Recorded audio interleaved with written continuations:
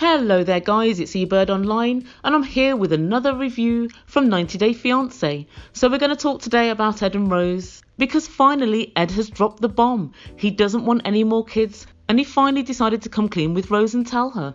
This is 90 Day Fiance Before the 90 Days, Season 4, Episode 11, Private Eyes. Very quickly before we begin, I just want to say, if you're new to my channel, welcome. And I want to remind you, if you like what you hear, don't forget to press that red subscribe button. And I want to say a massive thank you to all of those who have subscribed thus far. And I'm so glad you're enjoying the content. Also, please don't forget to follow me on Twitter at mbird99. And don't forget to like and share the video. So we first meet up with Ed and Rose. And they're walking along the beach. And Ed, as per usual, is moaning. I don't want to swim in the sea anymore, Rose. I don't like the ocean or the sand. I've got sand everywhere. And Rose, who's as easygoing as ever, says, okay. And guys, I just want to quickly switch back to last week. Ed is such a wuss. They went on a trip last week to an island with monkeys. And Ed was there all of 30 seconds. And a monkey, I think, grabbed onto his backpack. And Ed ran screaming away like a little girl. What did you think monkeys were going to do? And again, he looked at Rose and said, I'm scared. I don't like it here. I don't like these monkeys. In fact, I want to go. I want to leave straight away. Let's go back to the hotel. And as we all know, Rose wants another child. Rose, you have one. It's a big kid. His name's Big Ed. And I just can't believe how much Ed is scared of. The pigs, even though they were in a pen, he couldn't get anywhere near them. He just dashed the food at them. He's scared of monkeys. He's scared of the ocean. He's scared of sand. And as we all know, he's also scared of the truth. So just before we begin, I want to apologise for my little mix-up. I said on an earlier video that Ed was from San Fran and he's not, he's from San Diego. And wow, so many of you ignored the whole content of the video to let me know, you're so out of order, Ebird, you're disgusting, you don't fact check. I'm unsubscribing. You said San Francisco instead of San Diego. Guys, I'm from the UK. I haven't been to San Fran or San Diego. I know they're both in California, but it's a very easy mistake to make when you haven't actually been there. But I did wonder to myself, why has everybody got their knickers in such a twist over this mistake? And so I asked one of my friends who's been to San Francisco, and although she's never been to San Diego, she said San Francisco is extremely rich.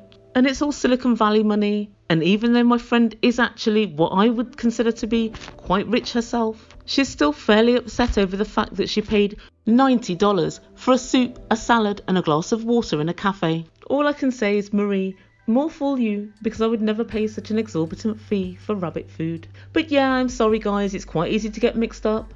But for my UK viewers, I'm figuring it's like saying somebody comes from Surrey when really they come from Sunderland. I'm figuring I've committed a socio-economic faux pas. So you guys let me know in comments if that's the case. That's the feeling I get. Otherwise I'm struggling to work out why the ire over such a simple and seemingly to me meaningless mistake. So let me know in comments. But anyway, Ed is still going on and on about the $75 that Maria asked him for. He says he now knows it's nothing to do with Rose and it was all Maria. Rose has nothing to do with this, he says. And I say to you, Ed, if I saw how Maria and Rose were living, I would have just given her the $75. It's not a big deal. But hey ho, it's your money and you can spend it as you like. So the couple go to the swimming pool and they frolic around.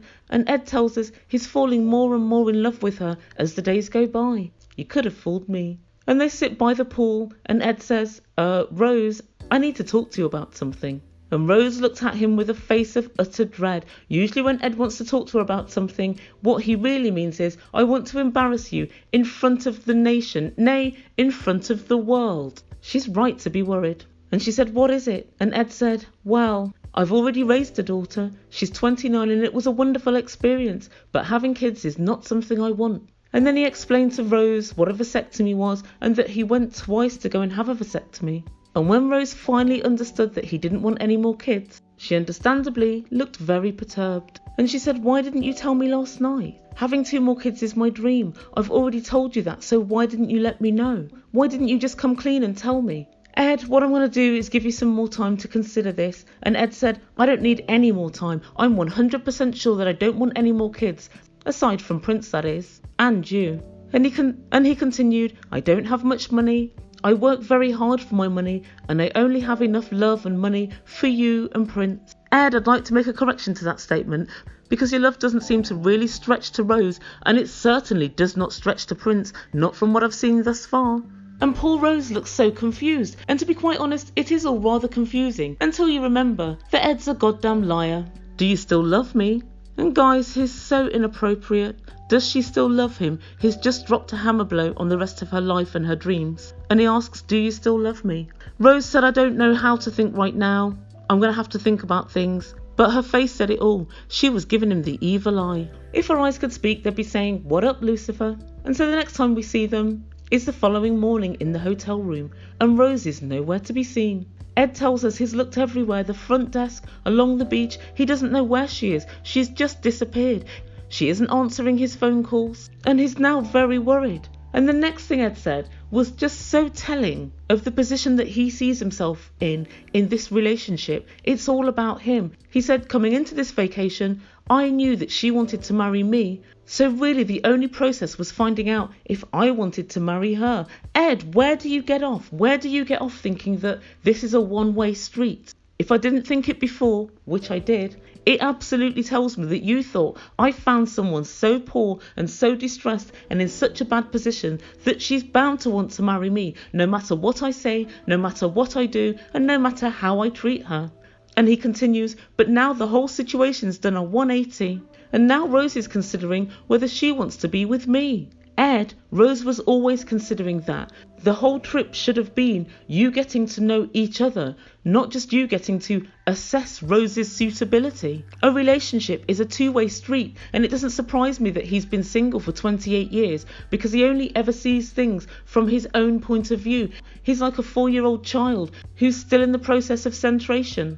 But the fact that Rose wants to think about it tells me an awful lot about her character. I think if she was as mercenary as lots of people say in my comments and that she's such a gold digger, she wouldn't need to think about anything. And then finally Rose appears and they sit back down to have another chat. And Ed says, do you want kids? Oh, Ed. Yes, she wants kids. She says she wants kids. You know very well she wants kids. That's why you kept the fact that you didn't want kids from her. So yes, she wants kids. And Rose says, yes, you knew that. Why didn't you tell me first? And Ed says, yeah, well, I don't want any more kids. She said, I know, but why didn't you tell me? Why didn't you tell me last night? And Ed says, I apologise. I should have told you sooner, but I wanted to get to know you and I wanted to see if we were compatible. Ed, if one of you wants 2 more kids, i.e. a family of 3, and one of you wants no more kids, you're not compatible. It doesn't matter how well you get on. It doesn't matter if Rose fancies the pants off you